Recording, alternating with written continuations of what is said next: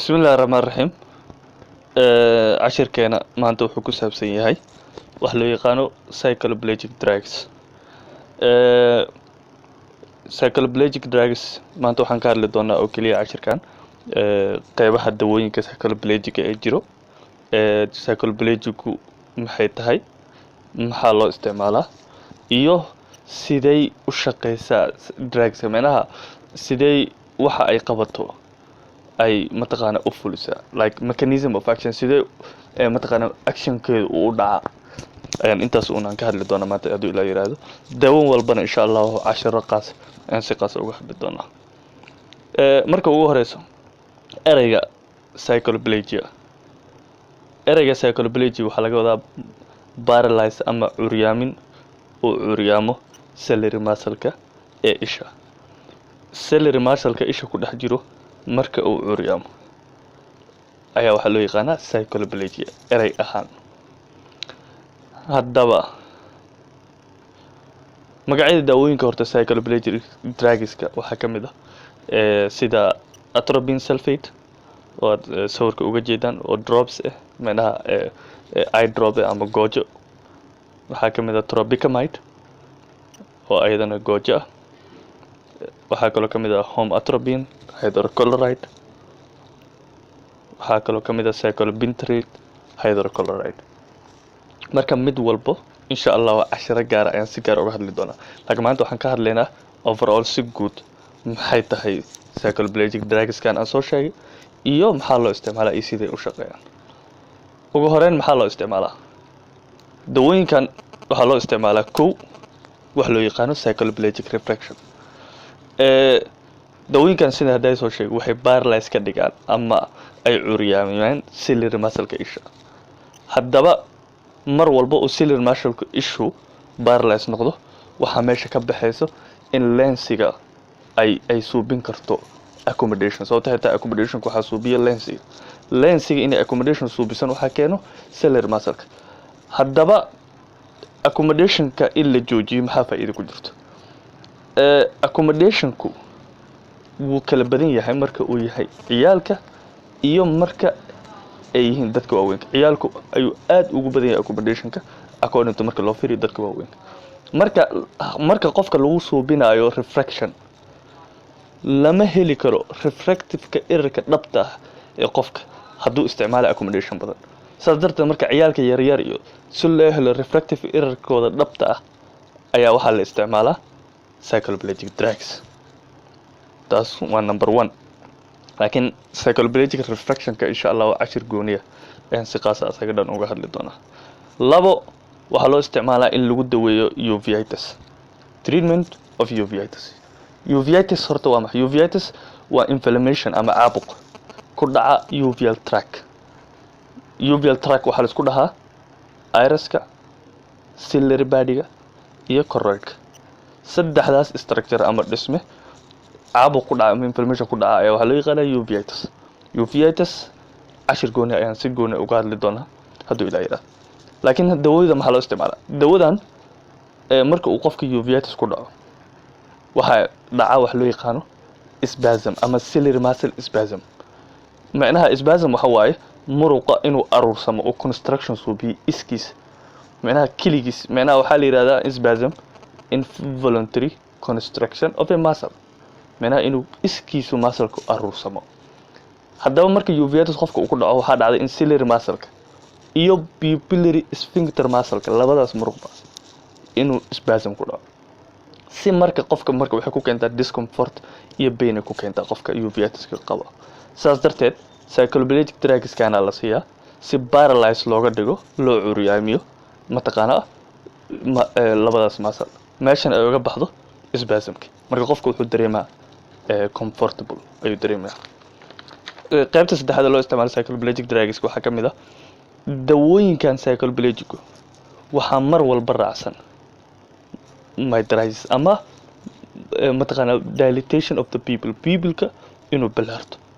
saas darteed marka la rabo in examinations lagu soo biyo qofka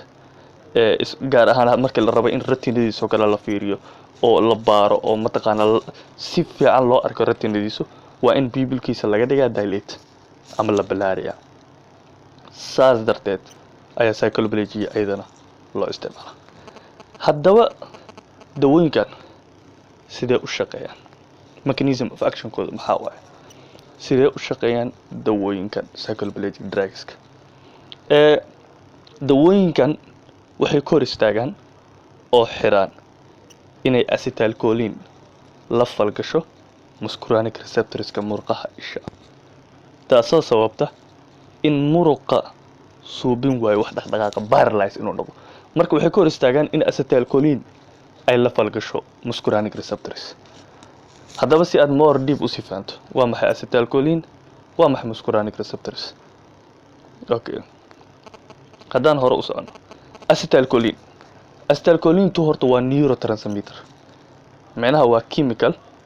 uu unuga neerfahu sii daayo si signal loo gaarsiiyo unug kale. macnaha labadii unug ee neerfa dhexdoodaba si ay isu gaarsiiyaan signal uu kii hore waday waxaa la isticmaalaa wax loo yaqaano neurotransmitter.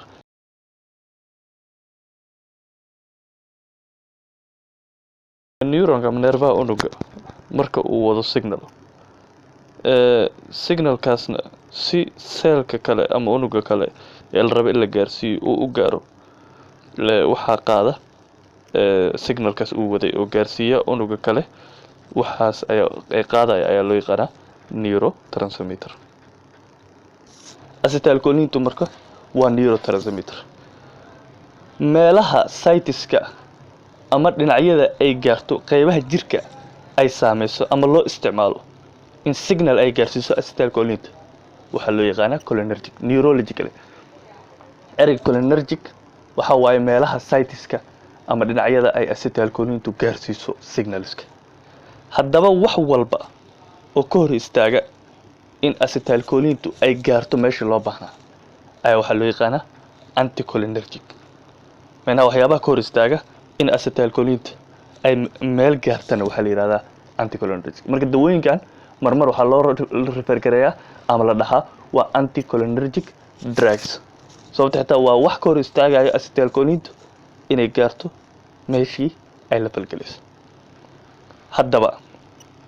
acetylcholine yaa isticmaala parasympathetic systemka, wuxuu isticmaalaa acetylcholine in signal la gudbiyo. macnaha as a neurotransmitter parasympathetic systemka waxay isticmaalaan acetylcholine. marka ciliary ganglionka intaysan parasympathetic gaarin ka hor, macnaha periganglionic iyo postganglionic marka ganglionka ay dhaafto kadib, labadaba waxay isticmaalaa acetylcholine inay isu gudbiso nerve kale oo u dhiibo signalka. meesha sympathetic systemka, sympathetic ganglionka ka hor, macnaha periganglion, waxay isticmaalaan acetylcholine as a neurotransmitter. kadibna waxay isticmaalaan macnaha postganglionic kadib waxay isticmaashaa norepinephrine si signal isu gudbiyo. taa waa mid. haddaba waa maxay muscarinic receptorska? acetylcholine horta receptorku waa protein laga helo horta unuga dushiisa, seelka dushiisa, kaasoo mar walba neurotransmitterku ay ku dhagaan si mar walba receptorsku wuxuu u ogolaado, wuxuu subiyaa communicationka u dhaxeeya gudaha seelka iyo banaanka seelka. haddaba muscarinic receptorska muxuu yahay? acetylcholine marka waxay la falgashaa laba receptor oo la kala yiraahdo muscarinic receptor iyo nicotinic receptor. marka muscarinic receptorsku waa mid ka mid ah receptorska ay ku dhigto oo ay la falgasho acetylcholine. haddaba aan ku laabano mar kale definitionkii hore oo soo sheegay oo ah sidee u shaqeeyaan dawooyinkan. dawooyinkan waxay ka hor istaagaan oo xiraan inay acetylcholine la falgasho muscarinic receptorska murqaha isha, taasoo sababta in muruqu suubin waayo wax dhaqdhaqaaqa ama uu noqdo paralyze. I hope inaad hadda fahanteen waxa qeexitaankan looga jeedo.